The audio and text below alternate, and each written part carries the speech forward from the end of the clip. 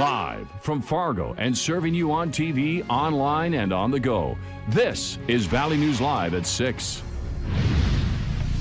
Breaking news for you right now. The Grand Forks State's Attorney's Office has ruled that Grand Forks deputies acted within their rights when they shot a man last month. Travis Holt was arrested in Grand Forks County after he displayed a gun to the deputies. The incident happened Sunday, February 17th along Highway 10.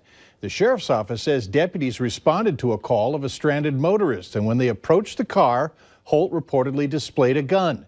The deputies fired their weapons, injuring Holt. He faces several charges. The state's attorney's office says the deputies on scene feared for their lives. Crash, they're not accidents. There's a reason why it happened, and it's because somebody made a poor choice, a momentary lapse in judgment, wherever it may be.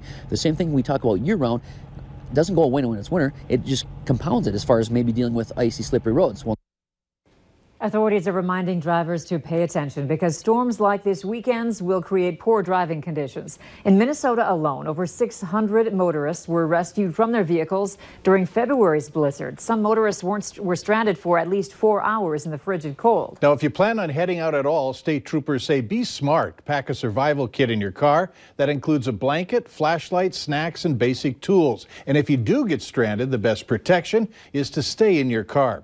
Let's check in with Hutch on what we're going to see and, more importantly, when. Hutch? Well, for this evening, things are going to hold tight, and temperatures reaching the 20s for the first time this work week has felt fairly pleasant. We are cloudy, a little bit of snow developing out in the western Dakotas, but it's what you see in the Black Hills and points south and west of there that will be pushing our way as we go towards daybreak. So by morning, some in our viewing area will have snow under a winter storm warning from the James River Valley, Grand Forks, Bemidji, and Lake of the Woods, right through the Southern Valley and Lakes Country.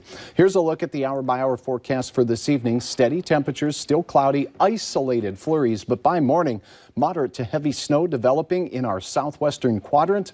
That will continue to push through our area as we go through our day.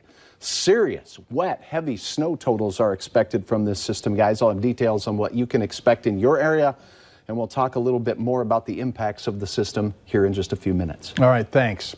And make sure you have the Valley News Live Storm Team weather app so you can keep up with the weather anytime, anywhere. You'll get the latest forecasts and conditions so you can plan your day.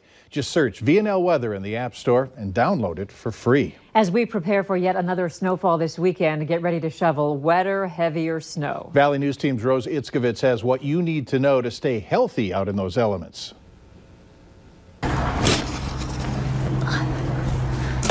Not all snow is created equal. If you think you've had enough with the shoveling, think again. That's going to pile up in some parts of the valley, 6, 8, 10 inches of snow. This snowfall will be a wet one, and when that wet snow hits hard, hitting the ground can be hard on the heart and back. Typically, shoveling heavy wet snow can take 6 times as much oxygen demand for the heart than just sitting would be. I decided to see for myself. So according to my Fitbit, my heart rate right now is right at between 80, 79. But let's see what happens once I start to shovel just a little bit. Ooh. So it went up to around 102. And remember, this weekend snow is going to be even wetter and heavier than what I'm dealing with right now. Stanford exercise physiologist Brad Hintermeyer says while it's good to get out and exercise while we can, we need to know our own bodies. And for those less in shape or with heart conditions, pay attention to the talk test, meaning can you talk while you're doing that activity? He also says it's important for your heart health that you bundle up. Cold air will constrict our vessels, so as you start doing something physical and your heart rate starts to elevate, blood pressure can elevate more due to the cold weather and the constricted vessels. Oh, I can shovel quite a bit now. Here at Stanford's cardiac rehab gym, former heart patient Wayne Geis says his biggest concern now is hurting his back. And as I continue to do this, I get more and more tired. So I say to remember to always lift with your legs and to also take frequent breaks, just like I'm doing right now. Hintermeyer says your activity level should depend on what shape you're in. If it's been a lot of staying inside, sitting down, just approach the activity slowly and listen to your body. In Fargo, Rose Itzkovitz, Valley News Live. Hintermeyer has some signs to look out for: shortness of breath, chest pains or pressure, pain radiating to your shoulder or jaw or between the shoulder blades. And for more tips, go to our website, valleynewslive.com and click on this story. Speaking of all that snow this weekend, the Public Works Department in Fargo says it will be fully staffed tomorrow morning, sanding and salting before the snow hits and plowing emergency roads once an inch or two sticks to the ground.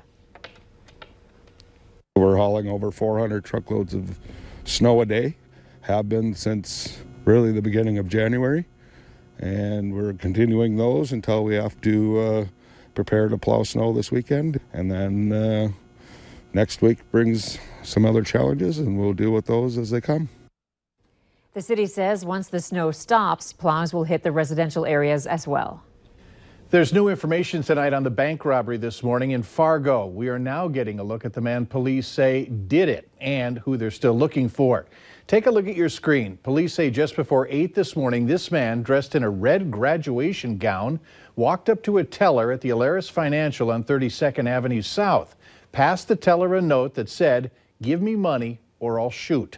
Now, he got away with an undisclosed amount of cash from authorities, but scanner traffic indicated it was around $3,000. It's unknown if the man actually had a gun. The robber is described as a black man in his 20s or 30s. He stands about 5'8" to 5'10". If you know anything about this case, you're urged to call police. Officers arrested 2 Minneapolis men after seizing over 50 grams of heroin in Becker County on Wednesday. 43-year-old Titus Martin and 29-year-old Gutalwan Brown are charged with first-degree possession of a controlled substance. The Becker County Sheriff's Office says the street value of the heroin they seized is estimated at around $1,500. North Dakota lawmakers are pushing for tighter cybersecurity for the 400-plus agencies and political divisions and subdivisions in the state, and at its meeting, some resistance. Senate Bill 2110 gives the state's IT department the power to advise and oversee a cybersecurity strategy for all executive branch agencies and a larger umbrella of local governments and school districts. The North Dakota Council of Educational Leaders opposes the bill because of the word oversee. The 23rd annual St. Patrick's Parade will be bigger and better this year with the announcement that the parade is expanding to include the city of Moorhead. The St. Patrick's Parade is set to take place next weekend on March 16th. The parade was in jeopardy of being canceled, but officials say donations and sponsorships kept it afloat. Officials say for the first time in parade history, Mayor Tim Mahoney will be the Grand Marshal. That weather looks nice. Doesn't it? Later.